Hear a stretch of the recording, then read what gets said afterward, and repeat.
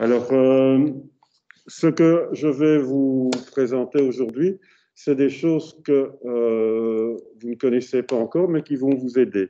Alors, il y aura un petit exercice à faire. Avant tout, vous continuerez la création que vous êtes en train de réaliser.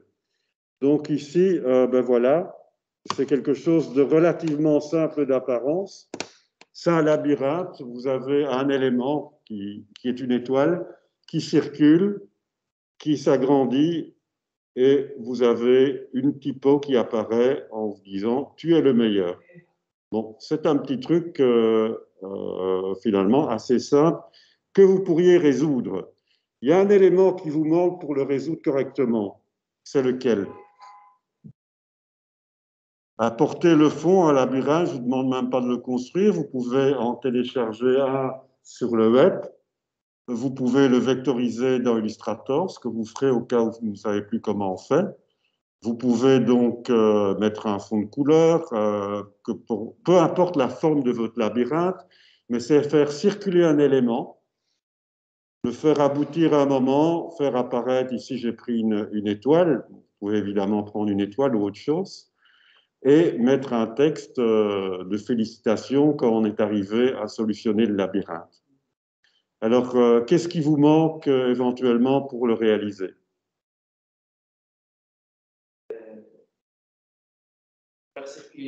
Faire circuler l'étoile. Parce que vous avez remarqué, jusqu'ici, avec les interpolations classiques, vous ne maîtrisez pas vraiment ce qui se passe. Si, vous pouvez mettre un point clé, mais vous ne le maîtrisez pas. Alors, il y a deux solutions pour ça. Et là, je vais vous le montrer.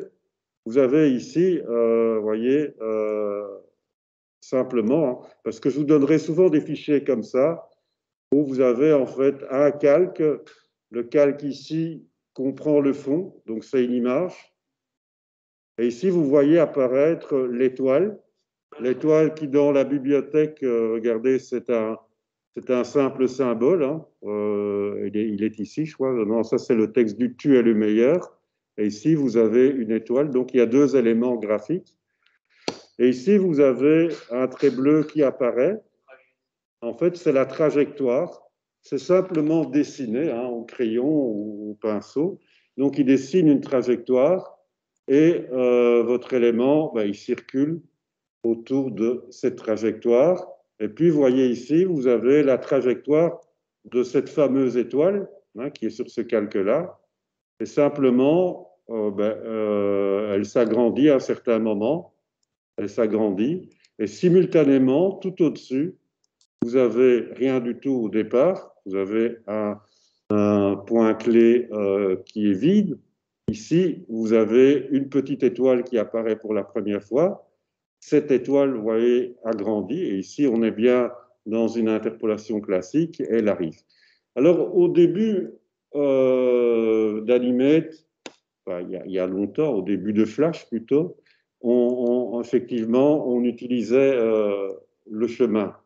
Maintenant, il y a un atout supplémentaire qui existe depuis une dizaine d'années dans Animate, c'est cette fameuse interpolation de mouvements. Parfois, certains, par erreur, et c'est normal, vous avez fait la confusion avec interpolation classique et mouvement. Alors, je vais d'abord vous expliquer comment on conçoit ces différents types d'informations.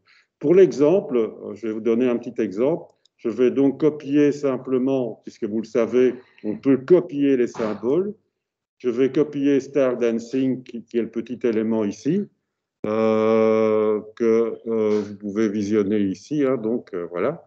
Et je vais le mettre dans un nouveau document.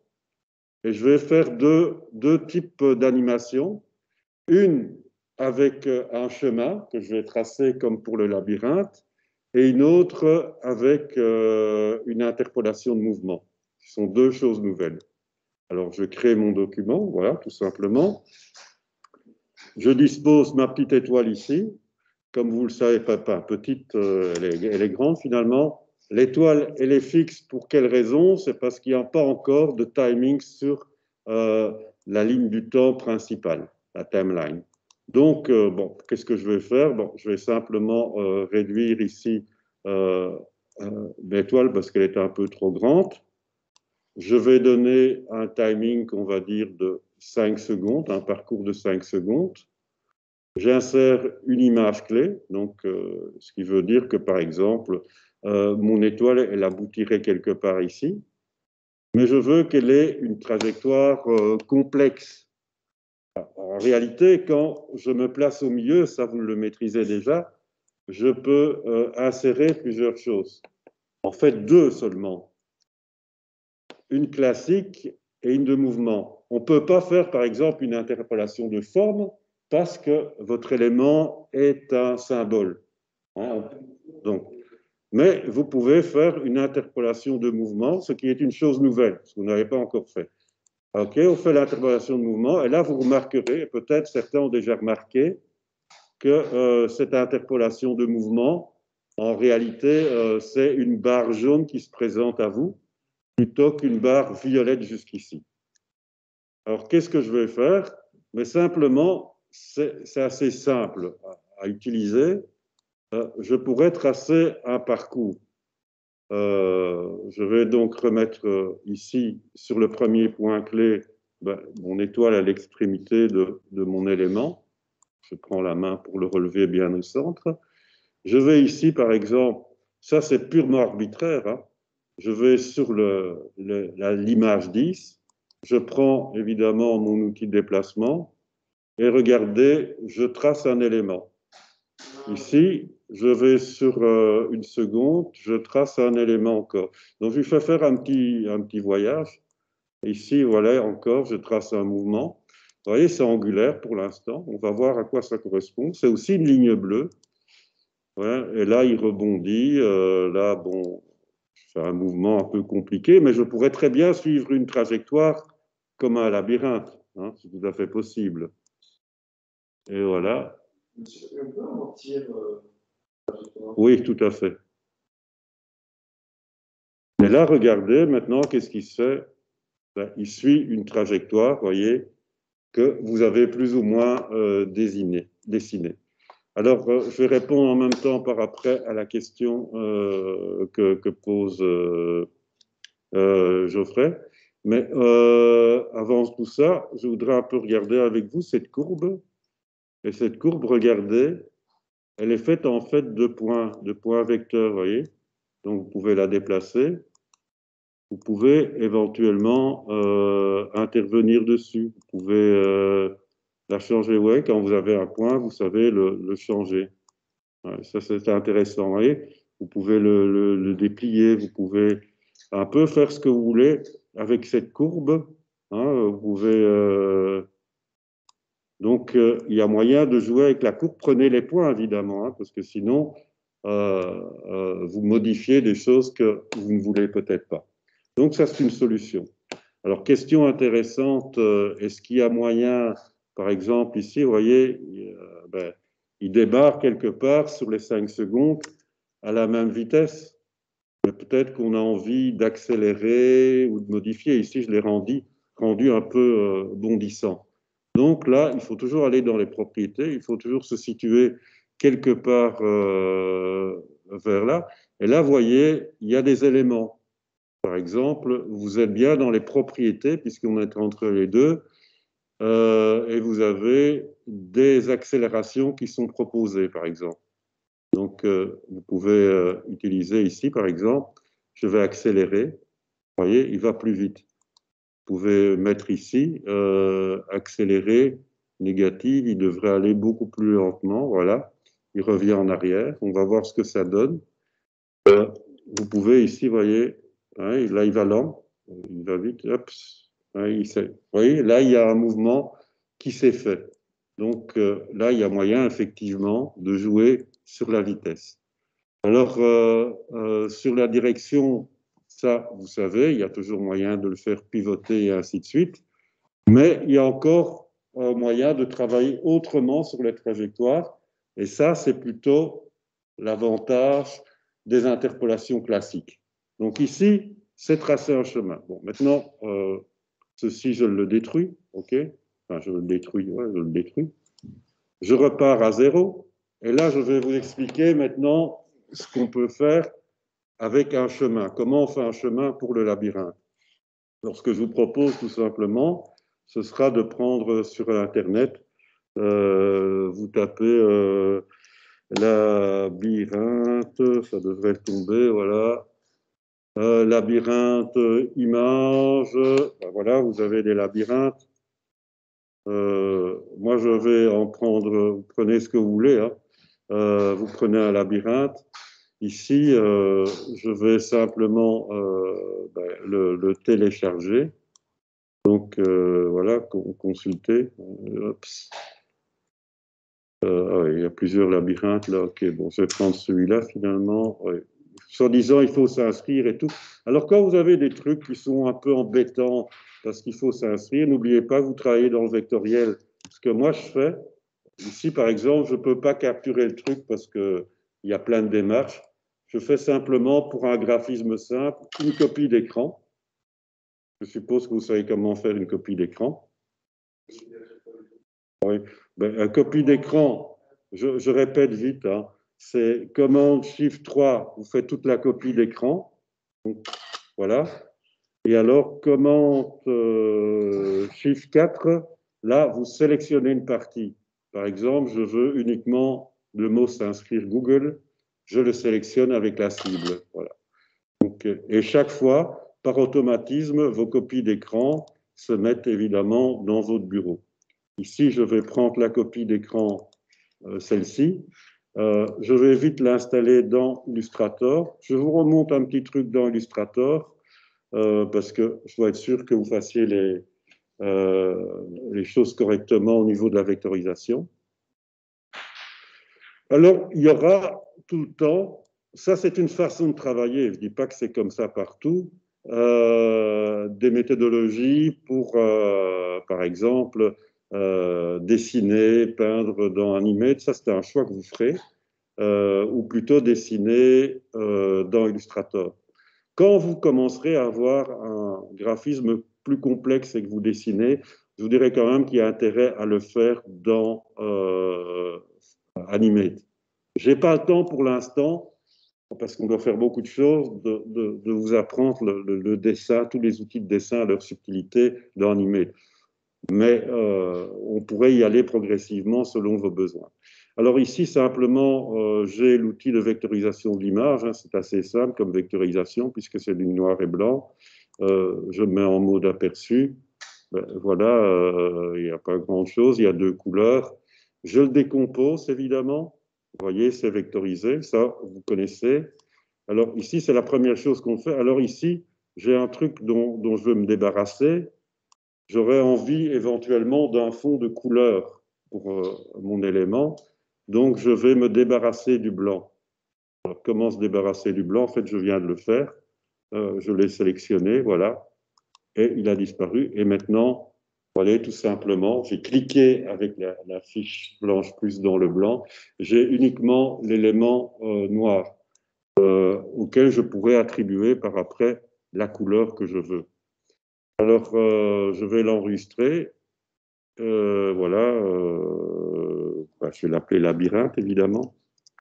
Et je vais tout simplement, c'est un fichier AI, ça je m'en inquiète pas trop, je le garde par défaut AI. Je fais simplement un commande C et ça fonctionne depuis une dizaine d'années très bien. Avant, il y avait des petits bugs. On peut directement installer, importer, je vais le faire sur un calque, d'ailleurs j'ouvre un deuxième calque. Je mets un calque de fond ici, voilà, et je vais donc directement exporter mon truc avec un copier-coller. Alors, il me propose plusieurs choses. Coller à l'aide de l'importateur du fichier AI, appliquer l'importation recommandée pour résoudre les incompatibilités, conserver les calques, c'est parfois important. Quand vous voulez exporter quelque chose avec plusieurs calques, vos calques seront déjà construits dans Animate automatiquement. Ici, je garde la préférence, OK, et là, vous voyez, vous avez mon symbole. Alors, par prudence, directement, je vais le convertir en symbole graphique, voilà, et je l'appelle labyrinthe. Voilà. Comme ça, je n'ai plus de souci avec cet élément. Je vais simplement l'agrandir. Alors, petite chose qu'on n'a pas encore expliquée, vous avez vos propriétés, évidemment. Quand je clique ici, vous voyez, je clique dans le blanc et je ne clique pas comme ici, je clique sur le labyrinthe. Ce sont les propriétés du labyrinthe qui sont là. Il me donne ses mesures, sa position en XL, il me donne son style de couleur. Je pourrais d'ailleurs changer la teinte. Ici, je dis, tiens, je le veux en bleu. Moi, je vous avais dit que les couleurs peuvent changer. Je le veux en rouge, peu importe. Admettons que je le veuille en rouge. Voilà, je l'ai établi en rouge. Si je clique sur le blanc, ici, j'ai les propriétés de la scène, c'est-à-dire votre document. Et ici, je peux changer la couleur. Alors ici, je vais changer simplement une couleur que je trouve peut-être adéquate. Et c'est un peu moche. Oui, c'est très moche en fait. Bon, je vais prendre une sorte de gris ici. Voilà. J'ai pris un élément gris. Enfin, ça ne se voit pas que c'est gris sur votre écran. Il affiche mal les couleurs finalement. On ne voit pas vraiment les nuances. Il est nettement mieux que l'autre. Donc je vais refaire un truc pour que vous le voyez bien. Oui, en rose. Enfin, on va le faire en bleu, ça me paraît encore convenir. OK? Donc vous voyez ici, j'ai changé le fond et la couleur. Donc ça veut dire que votre fond ici est le bleu, hein? Le fond de tout le document. Alors je vais simplement maintenant chercher. Je ne vais pas résoudre le labyrinthe parce que ça m'énerve, hein, mais ça vous devez le faire. Je vais prendre en deuxième calque ma petite étoile dansante. Voilà. Alors ici, elle est vraiment grande, évidemment. En principe, elle va faire le départ. Alors là, elle est vraiment trop grande. Voilà. Je la prends là, autant que ce soit une petite étoile animée comme ça. Je peux même peut-être la faire en plus petit. Alors quand vous faites ça, n'oubliez pas de vous utiliser la loupe, hein. Bon, ici, je vois quand même que je peux légèrement l'agrandir. Alors, pour que ça ne se confonde pas, j'ai tout intérêt peut-être à utiliser une autre couleur. Donc, souvenez-vous, vous avez les propriétés, effet de couleur, teinte. Plutôt que la mettre en rouge, je vais faire peut-être dans une couleur qui se verrait bien. En quelle couleur tu veux? Jaune. Jaune. Jaune, ça va bien se voir. Un jaune pétant, je sais pas. Bon, allez, jaune, ok. On va faire du jaune. Ok. Et alors, bon, elle doit circuler. Et là, il faut trouver votre trajectoire. Alors, ce que je fais de toute façon, je vais déjà établir qu'elle va circuler en 5 secondes. Donc, j'insère une image clé sur le calque. Alors, pour l'instant, vous n'avez pas grand-chose comme document, mais apprenez à les nommer. Donc, moi, je vais l'appeler star parce que c'est le calque de l'étoile. Et je vais l'appeler labyrinthe, je vais quand même l'écrire complètement, labyrinthe pour le fond. Parce que quand vous aurez une centaine de calques, vous ne saurez pas nécessairement où se trouve le calque que vous cherchez. Alors quand on en est là, on peut se dire, maintenant, je peux tracer une trajectoire, effectivement. Et là, simplement, vous allez sur le calque de la star et vous demandez donc d'ajouter ici un guide de mouvement classique. Et malgré tout, le guide de mouvement classique sera quand même plus précis. Alors, je vais ajouter un guide de mouvement classique. Il vous trace uniquement ceci, vous voyez, ce petit icône. Il vous décale le symbole star et il vous met cette petite courbe en pointillé qui est le guide. À partir de là, en fait, vous pouvez prendre un outil, l'outil pinceau, voilà. Bon, il est un peu grand là, donc on va restreindre peut-être sa taille du trait. Il est un peu trop grand, hein. Je vais le faire tout petit. Voilà, même, je vais le faire comme ça. Voilà. Ça, ok. Peu importe, je vais le faire plus petit quand même. Ok, là ça ira, ça je vais détruire. Ok. Euh, je vais donc tracer l'élément ici. Alors, pour tracer, je trace, j'aurais peut-être dû choisir une autre couleur. Enfin, je vais annuler parce que je vais choisir le bleu, peu importe la couleur, hein. Le guide, c'est en fait un trait invisible. Donc, je le fais ici, vous voyez. Bon, je ne suis même pas trop précis. J'espère que je ne me plante pas dans le truc. Bon, je suis dans une impasse. Bon, on va faire semblant comme si j'avais réussi le truc. On est d'accord, je triche. Que si je dois me taper la tête pour trouver ça, franchement. Mais vous voyez, là, en tout cas, je lui ai tracé un chemin qu'on contrôle. Alors, petite astuce ici, faites gaffe, j'ai fait une petite erreur là, j'avais ce truc-là, il ne faut pas, évidemment. Alors ici, j'ai le point clé, évidemment, qui correspond à cet élément-là. Et ici, j'ai ma petite étoile, ma première étoile. Et simplement, j'accroche mon étoile ici. J'accroche mon étoile deuxième, je vais l'accrocher ici. Alors, j'espère que ça va se faire. Et je vais demander ici une interpolation classique. Ah ben non, il ne le fait pas. C'est toujours comme ça. Alors, hop. Voilà. Voilà. Pourquoi il ne veut pas? Alors, appel au joker, quand ça ne fonctionne pas, il y a toujours une raison. Ou soit c'est le prof qui est con, hein, soit le truc. Mais ici, voilà. Alors, je reviens là. Je vais en fait vous montrer ici qu'avec un guide, ça fonctionne. Donc, je devrais voir. Je n'ai pas fait d'erreur pourtant. Il le suit tout simplement parce que quand vous l'avez, je vais voir ce qu'il y a après, hein, mais c'est pour qu'on ne perde pas de temps. Vous voyez, quand vous avez tracé un guide, il est presque aimanté. Ici, je ne sais pas trop pourquoi il ne l'a pas pris. Il n'y a pas de raison, je vais résoudre ça après, mais comme on est en direct, je n'ai pas envie de vous en... Je vais vite le refaire quand même, parce que je n'aime pas rester sur un échec. Alors, je vais enlever ça, ok, on vient normal, on a la petite étoile, on a un état d'arrivée et de départ, donc l'étoile fait comme ça bêtement. Je vais me créer simplement, ajouter un guide mouvement classique. Je vais prendre ici l'outil crayon, peut-être tout bêtement. Il est possible que dans cette version, je trace un chemin. Je trace un chemin qui, voilà, un peu plus complexe, ok. Ici, je le mets, et tiens, allez m'expliquer pour ça, ça a l'air de fonctionner maintenant. Enfin, j'espère, ok. Là, ça a l'air de fonctionner. Et là, je prends mon truc et ça a l'air de fonctionner. Enfin, je rêve peut-être. Ah non, il ne fonctionne toujours pas. Et qu'il y a des jours comme ça, j'ai dû faire une erreur quelque part.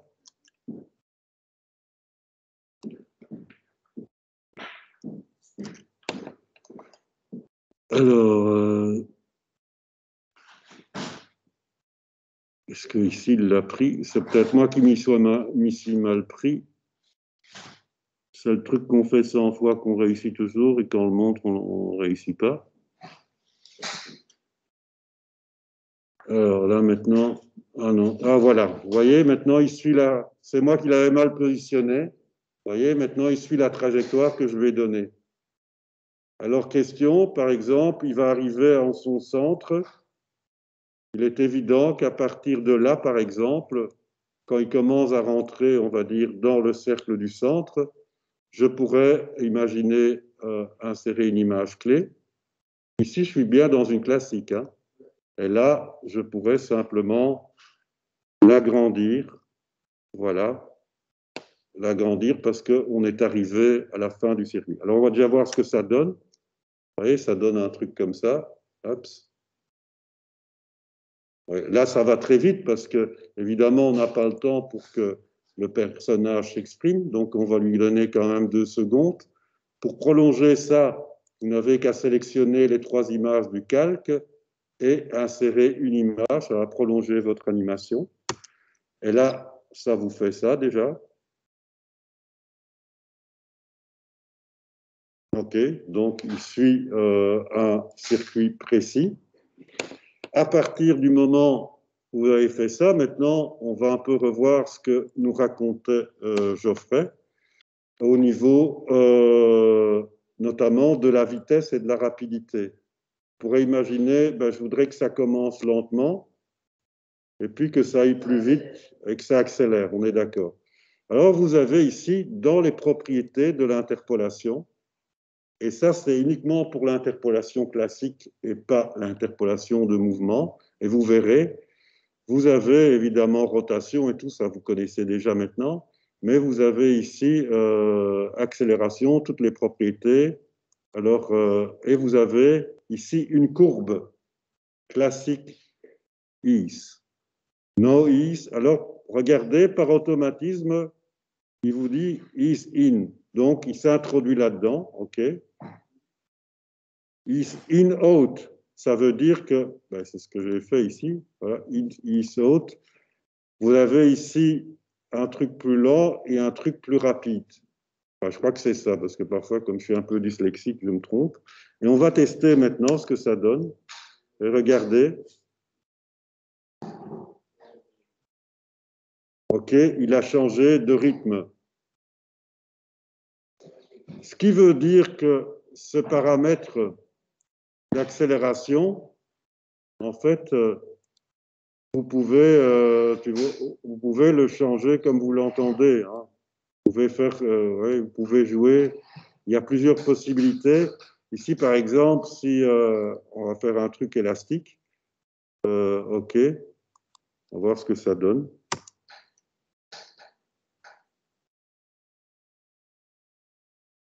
Oui, c'est beaucoup plus fluide. Donc, voilà.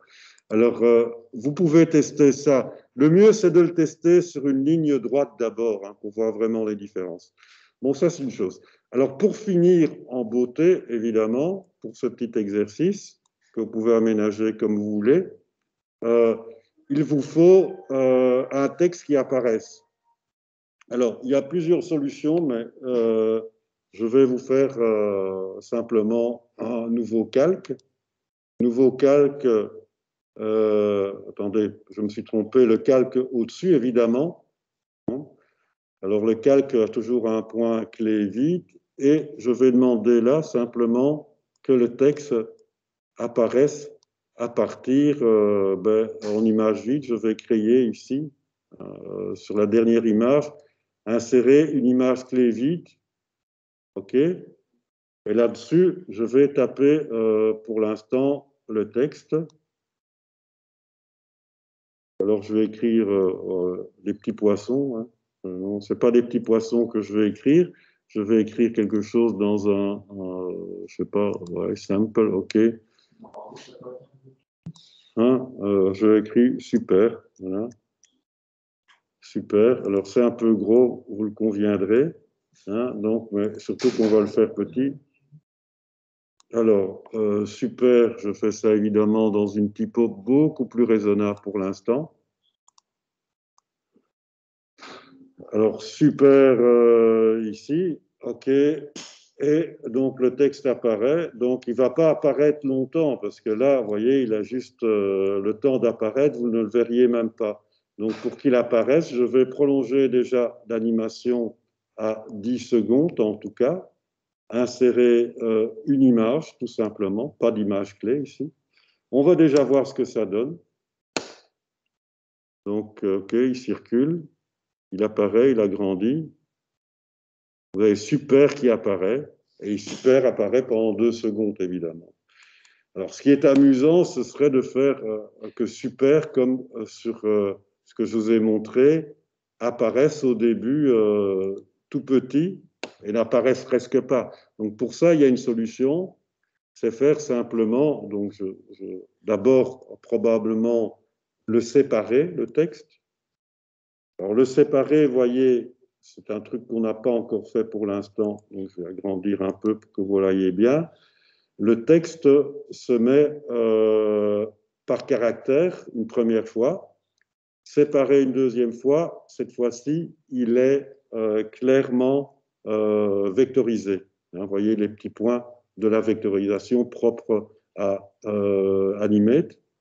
À partir de là, je me dis, tant qu'à faire, je vais vite en faire un symbole. C'est toujours mieux, convertir en symbole.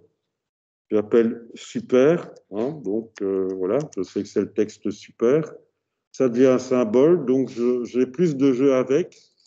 Et je peux, par exemple, jouer sur l'alpha. L'alpha, je dis, ben, je vais le faire disparaître, carrément. Et il n'y a plus de texte. Il est toujours là, mais il est transparent. Il est dissous dans le labyrinthe.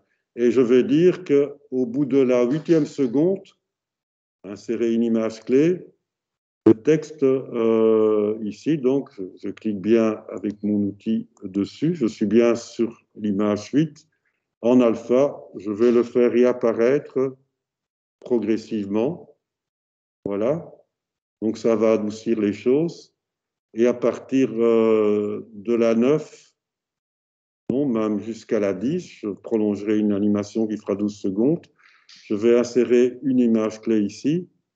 Je vais le faire beaucoup plus grand. Voilà.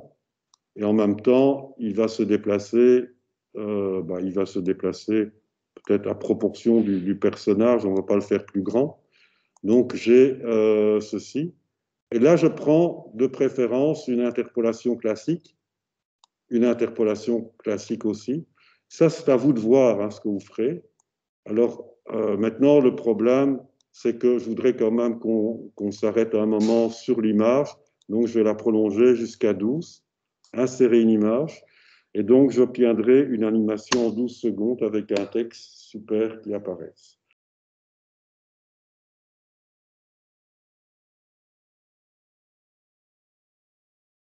OK. Et là, vous pouvez, évidemment, je ne le fais pas ici parce que je voudrais passer à d'autres choses, mais ça vous permet déjà d'assurer d'avoir quelque chose d'efficace en traçant un labyrinthe correct. Faites-vous plaisir, hein, faites un beau visuel. Ici, en démo, je le fais assez vite. Alors, autre chose, il y a des petits outils, j'en profite, qu'on n'a pas encore vraiment vus. Et là, je reviens à la petite composition que j'avais faite. Hein, c'est avec les étoiles. Donc les étoiles qui tournent, qui passent devant. Ça, je suppose que vous aviez compris. Là, elle passe derrière, elle passe toujours derrière. Et puis là, elle va passer devant. Hein. OK. Et là, elle réapparaît. OK. Bon. Ça, c'est des petits jeux que vous connaissez. Maintenant, peut-être que, comme un caméraman, je pourrais dire, tiens, moi, ce qui m'intéresse, c'est d'isoler d'abord au niveau de la caméra cette étoile. C'est l'étoile ici que je veux voir. Et puis, je veux faire un plan d'ensemble sur les 3 étoiles. Comme un zoom, comme un caméraman ferait. Et là, je vous ai déjà montré que vous aviez l'outil profondeur, hein, ce petit outil-là, qui vous permettait de donner des valeurs d'avant-plan, d'arrière-plan, tout en ne tenant pas compte des calques, ce qui vous permet beaucoup de souplesse quand même. Et vous avez un outil caméra. Et quand vous avez l'outil caméra, vous avez en fait ici une petite caméra qui se met sur le calque et en fait qui vous pose d'emblée un point clé. Et ce point clé, ben, il vous permet plusieurs choses. D'ailleurs, regardez ici, vous avez ce petit outil. Il vous propose une caméra avec zoom et il vous propose une caméra qui pivote. Mais en plus de ça, hein, vous pourriez dire, je suis sur... oui, on est interrompu. Attends. Excusez-moi, mais on donne cours là, donc oui. Oui. Il y a Madame Cathy qui essaie de coupe, mais elle n'arrive pas. Alors, on a des hommes forts ici. Geoffrey. Alors, je savais que tu allais dire ça. J'hésite à en jeter. Attends. Ouais, c'est pas quoi. Pour ouvrir ça, mais ça me fait mal aux mains. Ça fait mal au moins. Ah oui. Le corps est pas.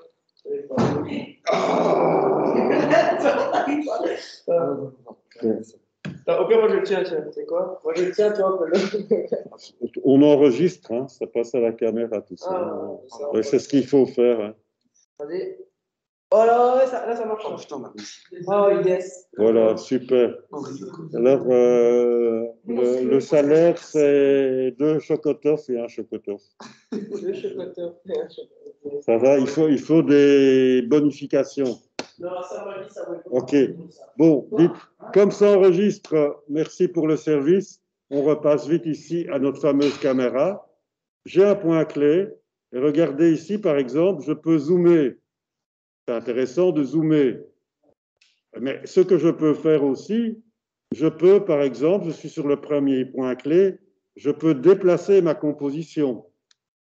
Je vais déplacer ma composition comme ça, et je vais zoomer. Ce qui m'intéresse, je vous ai dit, c'est plutôt le parcours solitaire de cette petite étoile.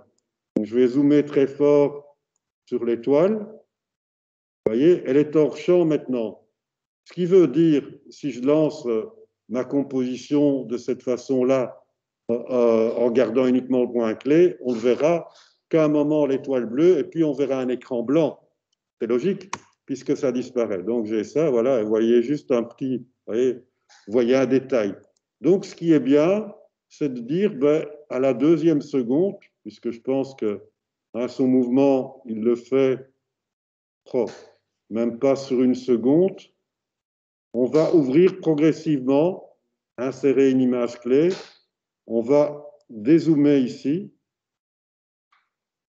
on va remonter la composition et progressivement, en 3 secondes, on va insérer une image clé, on va remettre toute la composition ici, on va dézoomer pour la montrer dans son entièreté, vous choisissez vraiment le cadrage que vous voulez. À la fin, on va insérer une image clé ici. On le choisit dans un moment stratégique. Et peut-être, voilà, on peut en rester là finalement, c'est pas si mal que ça. Alors, qu'est-ce que ça va donner? Ça va donner des choses pour l'instant sans interpolation. Donc, ça peut être brusque, vous voyez, c'est assez brusque. Ça a de l'intérêt uniquement pour les cadrages lorsqu'on passe d'un gros plan ou un plan d'ensemble. Ce que je vais faire ici, je sélectionne toute mon animation et je lui donne une interpolation classique que je peux accélérer aussi. Attendez, qu'est-ce qui se passe là? Il m'indique une erreur quelque part. Mais... Bon, il y a une erreur quelque part, mais je ne sais pas quoi. Je verrai quand je testerai. Donc ici, ça fonctionne, vous voyez. Vous avez eu un mouvement. Et vous pouvez zoomer. Donc ici, il ne zoome plus, évidemment, puisque je n'ai rien demandé. Mais on va le revoir quand il passe en boucle. Je commence le mouvement par la petite étoile, donc je rajoute un dynamisme. OK? Ce sont des choses qui sont possibles, comme ça vous avez découvert 2 outils supplémentaires. Alors ce que je vous demande, vous continuez votre création avec le petit personnage, mais je vous demande de résoudre le problème du labyrinthe directement pour que vous sachiez faire un guide ou que vous utilisiez éventuellement l'interpolation de mouvements. C'est bon? Est-ce qu'il y a des questions sur ce que je viens d'expliquer? Non? Donc ici, vous avez compris qu'on pourrait rajouter éventuellement une caméra aussi, que la caméra, on peut la laisser comme ça, jusqu'au moment où il atteint son final. Hein. Ici, il atteint le final. Il est à super. Insérer une image clé ici et insérer une image clé ici. Et là, je vais le faire évidemment en tout grand, vraiment plus grand encore. Super. Ici, je le fais en classique et j'obtiendrai donc ceci comme changement. Donc, j'ai profité de ma caméra pour terminer mon étoile. Donc, j'agrandis mon étoile et puis il y aura un mouvement super. OK? Il y a encore des petits éléments que je devrais expliquer comme un stop, mais comme je dois faire un peu de programmation pour ça, je vous laisse faire déjà et résoudre ces problèmes-là. Après, on perfectionnera vos animations. Bon, s'il n'y a pas de questions, j'interromps ici. Voilà, j'enregistre. N'oubliez pas d'enregistrer toujours vos documents. Donc, labyrinthe. Voilà, merci et bon job.